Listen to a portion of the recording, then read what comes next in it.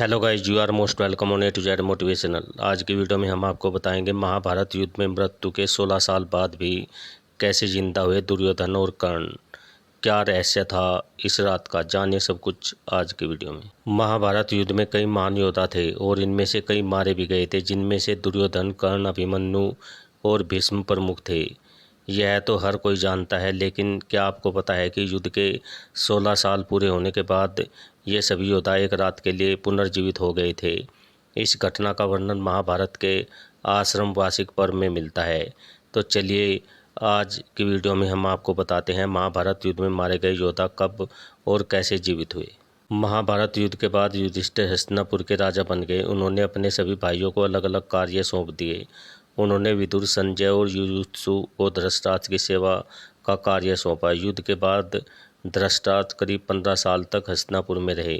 फिर एक दिन धृतराष्ट्र ने वन में जाकर तपस्या करने का विचार किया। धृतराष्ट्र के साथ गांधारी, विदुर, संजय और कुंती भी वन चले गए। गांधारी, विदुर, संजय और कुंती धृतराष्ट्र के साथ वन में आए और महर्षि वेदव्यास से वनवास की दीक्षा ली और वहीं रहकर तपस्या करने लगे। करीब 1 वर्ष बाद एक दिन युधिष्ठिर अपने भाइयों और द्रौपदी के साथ धृतराष्ट्र, गांधारी और अपनी मां कुंती से मिलने वन में गए।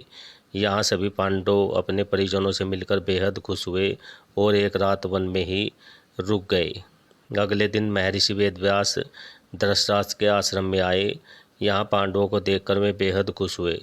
धृतराष्ट्र, गांधारी और कुंती की तपस्या से प्रसन्न होकर महर्षि वेदव्यास ने उनसे वरदान मांगने को कहा। तब गांधारी ने युद्ध में मारे गए अपने सभी पुत्रों को देखने की इच्छा जताई और कुंती ने कर्ण को देखने की इच्छा जताई। द्रौपदी ने अपने मृत पुत्रों से मिलने के लिए महर्षि वेदव्यास से प्रार्थना की।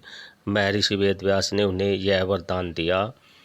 उसी रात महर्षि वेदव्यास सभी को गंगा तट पर ले गए और नदी में प्रवेश किया। इसके बाद उन्होंने पांडवों और कौरव पक्ष के सभी मृत योद्धाओं का आह्वान किया। थोड़ी ही देर में भीष्म, द्रोणाचार्य, कर्ण, दुर्योधन, दुशासन, अभिमन्यु, धृतराष्ट्र के सभी पुत्र, घटोत्कच, द्रौपदी के 5 पुत्र आदि योद्धा गंगा जल से बाहर आ गए। महर्षि वेदव्यास ने धृतराष्ट्र और गांधारी को दिव्य नेत्र दिए ताकि वे अपने पुत्रों को देख सके। पांडव, द्रौपदी, कुंती, धृतराष्ट्र और गांधारी अपने मृत परिजनों को देखकर बहुत खुश हुए। वे पूरी रात एक दूसरे के साथ रहे। प्रातःकाल महर्षि वेदव्यास ने कहा कि जो भी स्त्री अपने पति के लोक में उनके साथ जाना चाहती है, उसे भी गंगा नदी में प्रवेश करना चाहिए। बहुत सी स्त्रियां उनके साथ अपने पति के लोक में चली गई। इस प्रकार महाभारत युद्ध में मारे गए सभी योद्धा भी अपने अपने लोक में चले गए। ओके गाइस, आई होप जानकारी आपको अच्छी लगी होगी। तो मिलते हैं नेक्स्ट वीडियो में। Till then okay, bye bye.